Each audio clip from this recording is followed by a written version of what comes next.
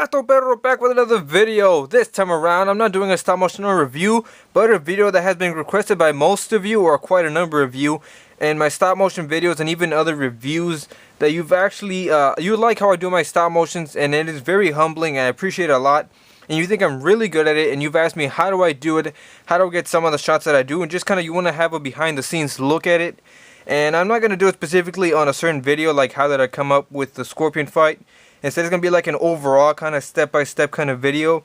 So it's going to be kind of like a how-to tutorial and kind of just tips and tricks on stop motion itself. So like anything else in life, it starts off with an idea. For me, it usually starts with just like it can be listening to a song and I'll think of a fight. It can be a fight you've had in your mind for a long time. You know, what would happen, Winter Soldier versus Iron Man, something like that. Just something out of nowhere that you just come up with.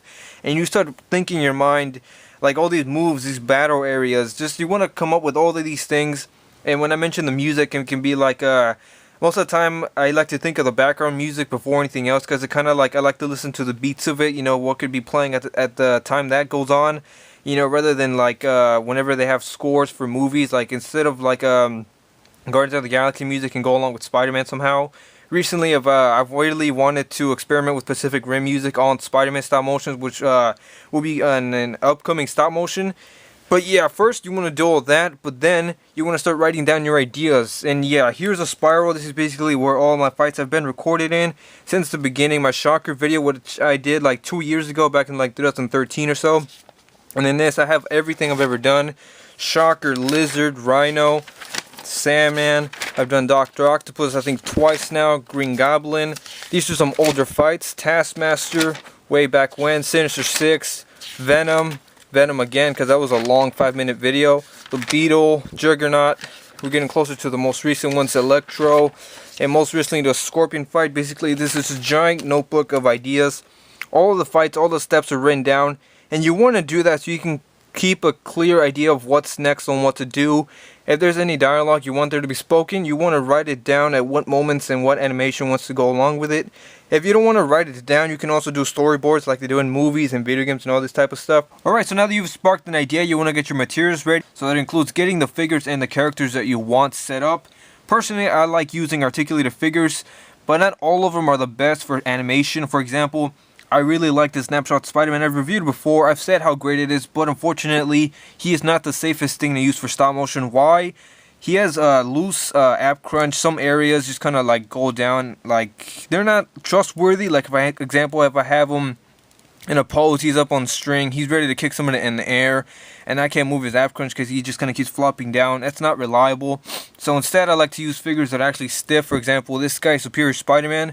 I've never animated with him, but I really want to, so I'm going to use him as the example for this video. He's nice and stiff, he has great articulation, and I prefer to use that. And I think I've come up with a little fight for him against this guy right here. This is Boomerang from the Spider-Man Marvel Legends line. I'll be using him as well.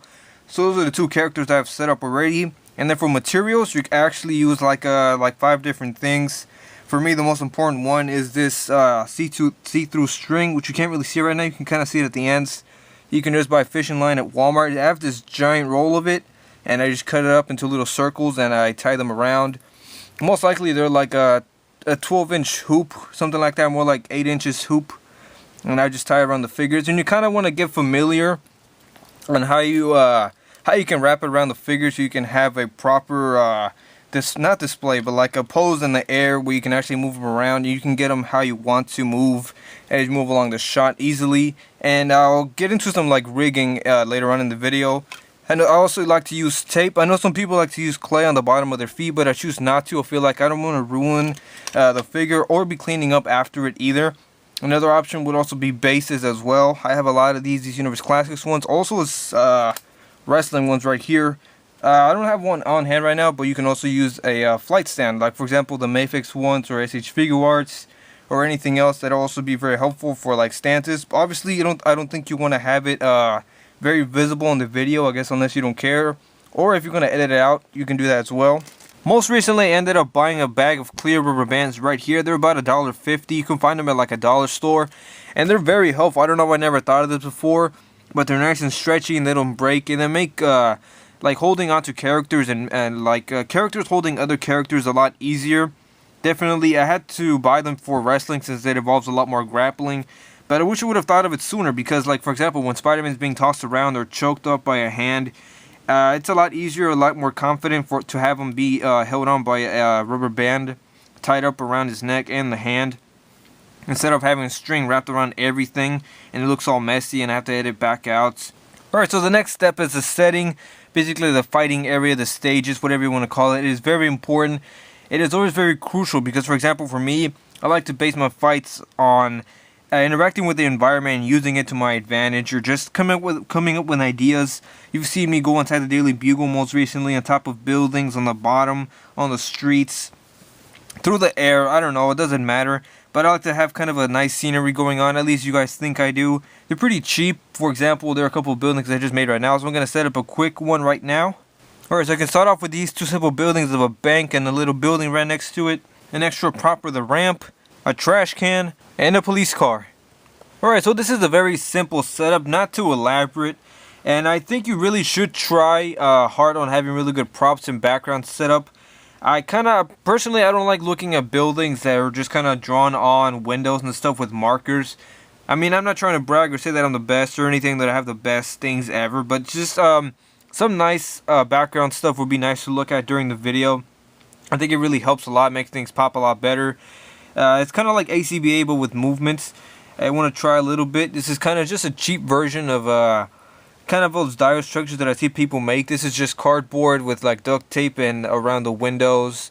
I mean, the doors is just cut out glass, make it look like he's been robbed into. Yeah, just police car props are very important in my mind. Especially, you want to make them be in scale to the actual figures. You don't want to make them too big or too small. I kind of don't like that personally. This is all very biased stuff, but it's just, I think it has to make sense in a way, unless you're trying to purposely make it kind of like a funny video. And from that, it leads to coming up with even more ideas. So now that you have everything set up, what you want to do, this might sound a little bit funny to some of you guys, and you might not approve or whatever. You actually want to start kind of playing around with your figures. What I mean by that is you have your environment. You want to take your figures. It doesn't matter, alright? That's what they're for anyway. I personally don't care. You want to start playing around with them. I don't mean like start bashing them around. But like, honestly, like do like mini stop motions. Like plan out your fights as you go along with it. Come up with it in your head. You can go ahead. Like for example, what I mean by that is you can start posing them around. Like you start planning their movements, how they would walk, how if they have to run. You want to test out whatever. If you have some difficult poses, for example, if I want Spider-Man to do this like this really cool kick where it's like he bends his leg all the way to the back of his head or something, you want to make sure you kind of plan out how you're gonna do that. For example, if he's gonna start the shot like this and he has to kind of like twist around or something like that, you kind of want to plan it as you go along with it, so that the finished product will actually be this, but a more advanced or more of a clean way of doing it. And at the same time, you're going to be writing it down over here, wherever it is, you're going to be drawing it out. But yeah, you're going to want to plan out your movements as you go along. You kind of might want to test it out first. For example, I might take a couple of sample pictures before I ever actually start. Make sure I have a good idea of what I want to do. You want to have your angles set up to a correct way. For example, if you're going to be hiding your props, not your props, but like your helpers, basically, like your bases, your tape, your flight stands that are keeping your characters up, or even tape or clay on the bottom of their feet. You want to have a shot where you can kind of hide that, or have like an epic angle of like an up view of Spider-Man coming down on somebody, or just Boomerang throwing it all epic like towards the camera, which I like to do a lot of towards camera kind of stuff that leads to a different scene that kind of meshes together and looks really nicely when it goes into the editing process, which I think I'll go into later. I think this might be kind of a series-ish kind of thing where like go step by step, and I can do separate videos on like punching, explosion effects, breaking through glass, backgrounds, I don't know, anything like that. You can go ahead and leave some comments down below telling me maybe if you want me to focus on more specific stuff. Right now this is kind of more the step-by-step tutorial as I mentioned before. So we're getting finally to the actual stop motion process. Now this might be the easiest form of film to be possible to do, but it's also the most kind of frustrating. Kind of like you have to be very patient with what you do. Obviously it takes time. You've guys seen me take 6 months to make one video, which, to be honest, was completely my fault. I was procrastinating. I had a lot of other stuff to do, you know, but it still got finished. Like on average my videos take like at least a month and a half to finish. Basic like 4-minute video. So yeah, it's gonna take some time. You might want to be patient, as I said before, because there's a lot of other things you have to do after the actual stop motion. But yeah, another tip that I kind of just came up with right now randomly is there's another thing you can do is like go ahead and practice the moves yourself. You wanna if you wanna do a punching move and you wanna have a character react a certain way, you can record yourself, look at a mirror, do it in front of a mirror, and just kind of practice the movement. You kind of like take the stance of the character, be the character, and act it out. You can have an idea of how they're gonna react, how they're gonna move. What do you do? Make it look natural as possible. And another idea, I just noticed that I do this a lot to come up with ideas, but go ahead and play video games, watch movies, I don't know, anything on the subject, anything to give you ideas. Like honestly, that's where I get a lot of my inspiration from. I get a lot of it from the Spectacular Spider-Man TV show. I've during the Electro fight when I blew up the cars and Spider-Man has to jump over them, that's straight out of the Spider-Man 3 video game with the Scorpion boss fight. And I thought, you know, just instead of Scorpion, let it be Electro that blows up the cars. Let Spider-Man jump through them. It turned out really well. But anyway, I'm procrastinating, just some kind of random thoughts out there. So for the actual stop motion, again, you want to be patient. And it has to be you have to have a good rhythm on how much you want to move the characters. You don't want to move them too much, because then it'll be all choppy. For example, I know there's a couple of people, or at least I watched some videos where like they start off like this, it's fine. But then all of a sudden, like, they'll be in this pose, and the next will be, like, him straight out just punching him out of nowhere. No, you want to have a couple of, at least 5, I would imagine it's like 5 pictures that lead up to him punching him like that, and that's not even the smoothest thing ever. I go at a rate of 0.10 frames per second, so each picture only lasts 0.10 seconds. Put together, it looks kind of smooth, at least I think so. Not all of it. There are some pictures that I have to delete because they don't exactly come out the best, which is why I really recommend and like advise you have a tripod. You don't want to do this freehand. That is just about impossible to get a really good video. Boomerang's going to come in for a punch. Superior is going to block. He's going to do a kind of side punch, uppercut. And then he's going to come up to the air so I can show you how I do the string maneuvers. And he's going to come down with a kick, and that should just about finish the fight. It's a quick thing. I don't want to take too long with it so I can get back to work on actual animation. So yeah, I'm going to kind of do it in front of camera. Then I'm going to go out of it, do the quick animation, and show you the final end results. So for example, like I mentioned before, you want to have the fight be all natural, or at least the movements. For example, as I said, he's going to try to come in, punch Spider-Man. And you want to have both characters reacting. You don't want to have one just standing still and the other not. I kind of have a problem with that. I forget if I take pictures or not. I kind of have a bad memory of things, but you want to keep a solid track of you did this move, you took this picture, this thing's moving in the background. So yeah, the more things you have moving on around you, the more hard it is to kind of keep up with moving around. So anyway, back to the actual animation. This is how I do it. You want to have the character move their legs, move their arms, move their head, move this arm back. That's dude, I don't want to use figures that are too stiff because they can be kind of hard to work with. Although they can be really good for actual keeping the movements up. So this is him, Spider-Man, going up for a block. That's one shot right there. The next one would be just Boomerang coming in closer with a punch. This might seem a little weird, and it does take time. And to be honest, this is kind of a back-breaking thing. I actually advise as well that you kind of try this on a table. I always end up doing it on the floor since most of my sets will not fit on a table. But it can be most helpful because it really hurts my back sometimes. And let me tell you, all these hot lights kind of make me hot, and I kind of do start to sweat a little. So kind of a back-breaking thing to do. I'm not complaining because it's not bad. Another shot right there. Alright, so that was the end result of the little stop motion it's there right now, and I stopped it after Spider-Man went up to the air so I can show you how I do the string, levitating, whatever you want to call it thing, where you basically want to hold them up and so you can have them fly or come in, jump, whatever. And yeah, you can see here is the stuff I used to hold them up. I used the base on the bottom of his foot, and yeah, and this little one also for Spider-Man whenever it was necessary. And I must admit, I messed up during it once because one of the Boomerang actually fell over and I had to restart the whole thing. If that is the case, don't be afraid to restart it. I've during the Scorpion one, and actually a lot of them, I had to restart a lot of different scenes because the end result doesn't come out as I wish it did or how I think it's going. You kind of want to have a clear image of how the animation is looking as you go through it. If you're doubting yourself, go ahead and restart the shot. You want to make it as best as you can. Yeah, so now it's going to be an up style shot, or at least like an eagle view kind of thing, where we're going to be looking at Boomerang down here, and Spider-Man's going to be looking up or coming up through the air, and he's going to come crashing back down on top of him. I want to say with like a big punch to the top of the head or something like that. So I'm going to go ahead and get Spidey tied up on string. Alright, now working with characters midair can be a little bit more tricky and bring stop motion kind of a new feat or a new task or a new level of difficulty on how to make it work. Personally, I like to just use string. I'm not a fan of like having okay, rigging is important. I'm going to get to that later, but like there's the people who like to use like wires to hold them up. I think that's a little bit more difficult to edit out, and I think this works perfectly because it's a lot more clearer. It's thin. You definitely want to get a thin string. It can be a lot more easy to edit out and doesn't look all like weird.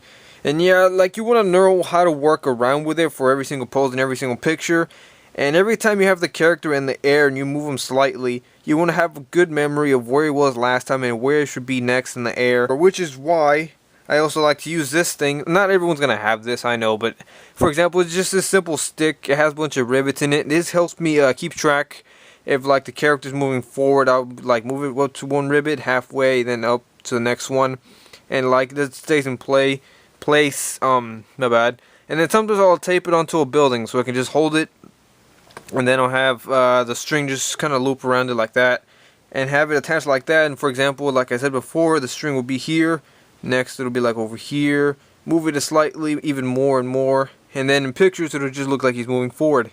Now for this specific one, I'm going to be doing it by freehand. And it's going to be not too hard. I've done some more complicated things whenever I have like a character.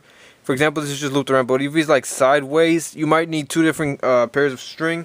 Try to have them both the same size. If they're two different sizes, make at least make sure that one's on the side that he's leaning forward. This might be a little bit hard to explain. Alright, so for example, if he's going to do like a side kick like this, and you want to have this looped around here, and he has to be kind of slanted, so you want to get your other string and loop it around the other side of the leg.